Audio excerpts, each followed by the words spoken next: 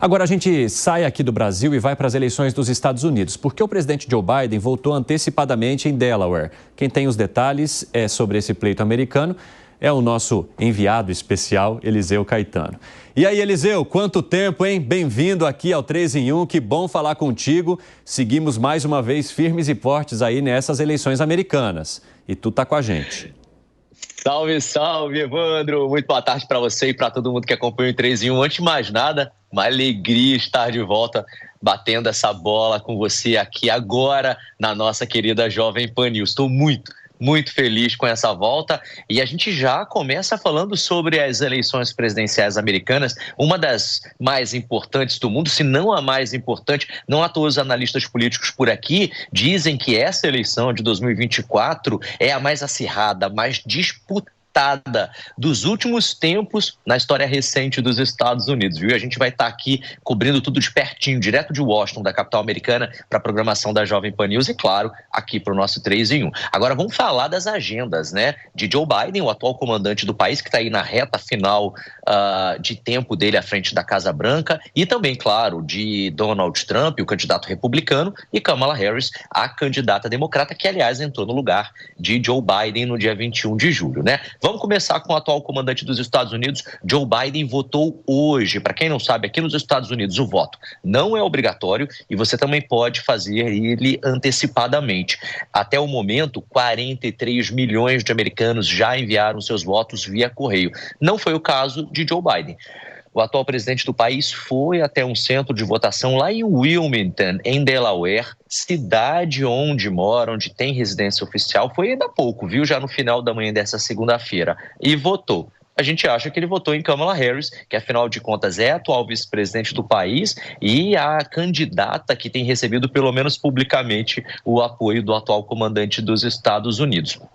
Vale ressaltar que, neste momento, Kamala Harris e Donald Trump estão tecnicamente empatados na média nacional das pesquisas de opiniões e intenções de voto. Algumas pesquisas dão ali 48% das intenções para cada um, outras 47%, outras 50%. No geral, a disputa está acirrada e eles vão ter que gastar sola de sapato. Aliás, sola essa que Joe Biden já começou agora de tarde, viu? Lá de Wilmington, em Delaware, ele voou para o estado vizinho da Pensilvânia, que é um dos estados decisivos. Tem 7 swing states, que são estados que a cada eleição vota em um político diferente. E ele foi para a Pensilvânia, que, de acordo com os analistas, junto com a Flórida, deve ser o estado que vai decidir o resultado da eleição desse ano. O presidente, o novo presidente dos Estados Unidos, ou vai ser decidido na Pensilvânia ou vai ser decidido na Flórida. E por isso ele foi para a Pensilvânia para bater a sola do sapato e falar com os eleitores lá. Aliás, quem também está lá é Elon Musk, atual braço direito de Donald Trump, que foi para lá, Evandro, com mala e cuia, viu? Está morando no estado da Pensilvânia, tem feito um monte de campanha, um monte de comício por lá. Aliás, a gente noticiou, né, aqui na programação da Jovem Pan na semana passada, que ele estava oferecendo $1 milhão durante os comícios, né, para quem estivesse participando dos comícios de Donald Trump.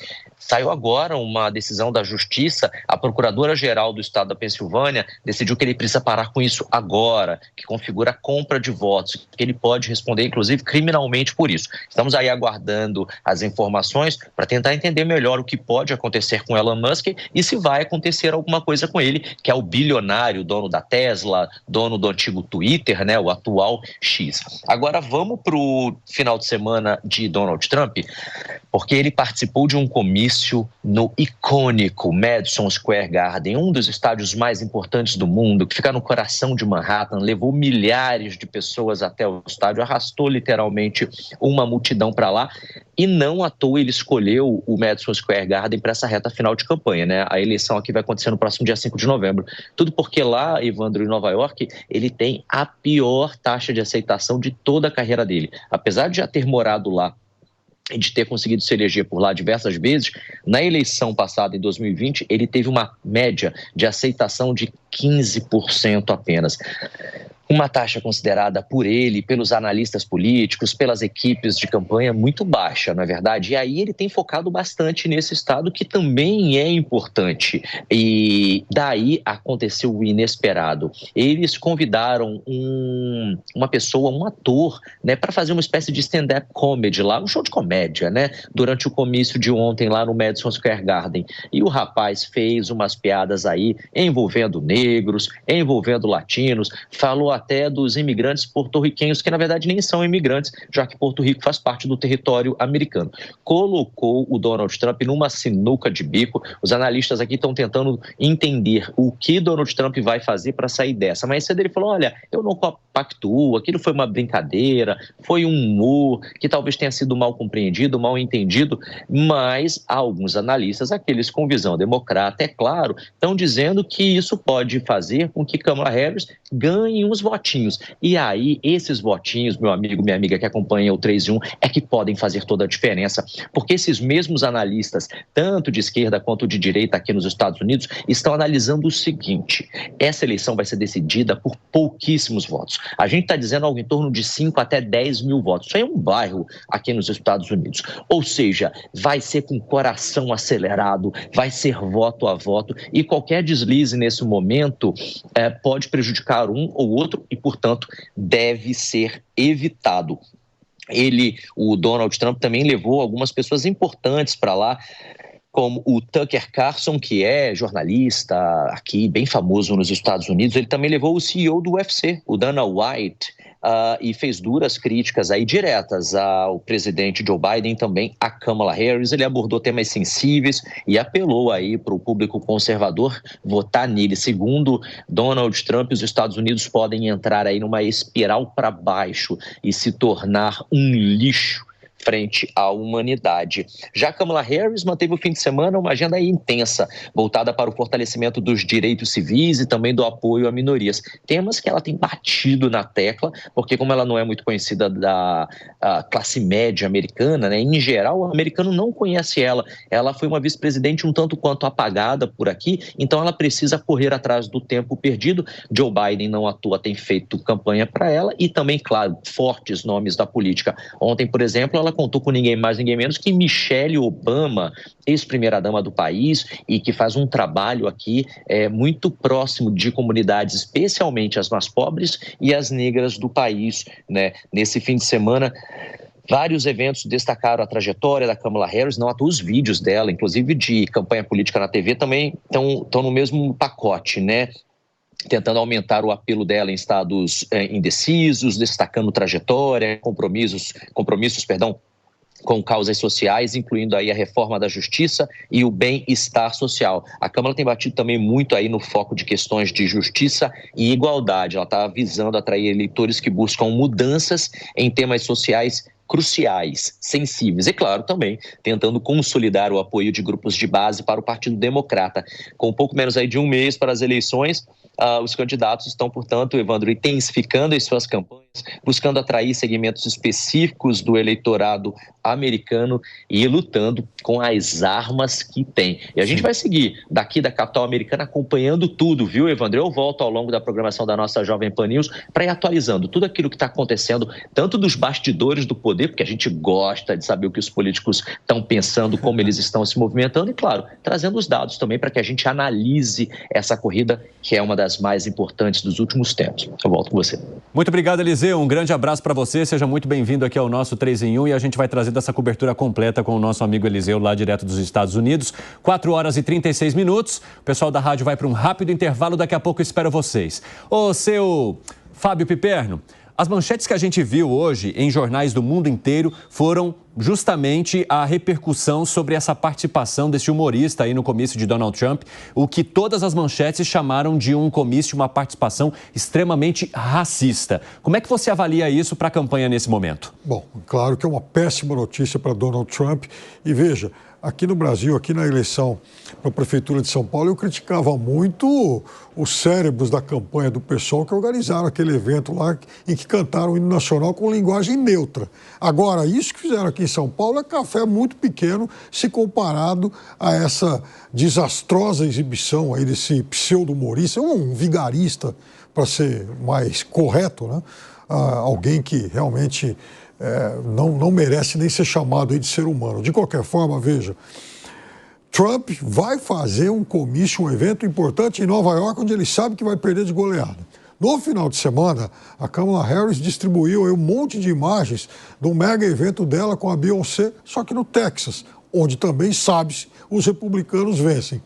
E aí, o Elon Musk resolve, então, se instalar nesses últimos dias, nessa reta final, lá na Pensilvânia. Esse sim, um estado absolutamente indefinido, em que nas últimas 2 eleições deu uma vitória para cada lado. Isso também ajuda a mostrar porque ele é mais rico e mais esperto que todo mundo. O que você acha, Sagran?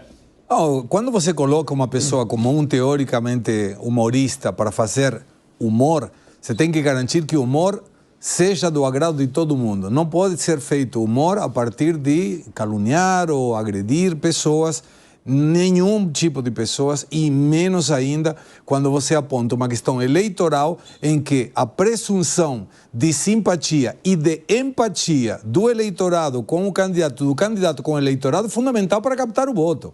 Se você coloca uma fala hostil que possa sentir a ofensa de alguma pessoa, você já está sendo negativo nessa conta eleitoral. Pelo que foi muito desastrado essa tentativa de agradar um público agredindo a outra parte do eleitorado. Me parece péssima ideia. E para você, Gani? Evandro, olha como que está complicada essa eleição nos Estados Unidos. Dentro dos 7 swing states, 3 são muito decisivos, né? Chamados de Blue Wall. Ali você tem a Pensilvânia, onde Kamala Harris, por enquanto, é a favorita, mas também tem Wisconsin e Michigan, onde o próprio Partido Democrata já vê Donald Trump ganhando nesses 2 estados, o que seria muito ruim para Kamala Harris, porque ele conseguiria compor os 270 delegados para ser eleitos. Mas olha que ponto interessante. Dentro de Wisconsin tem um condado, várias cidades, que é uma amostra, tem sido uma amostra do que acontece na eleição majoritária ali, presidencial, e ali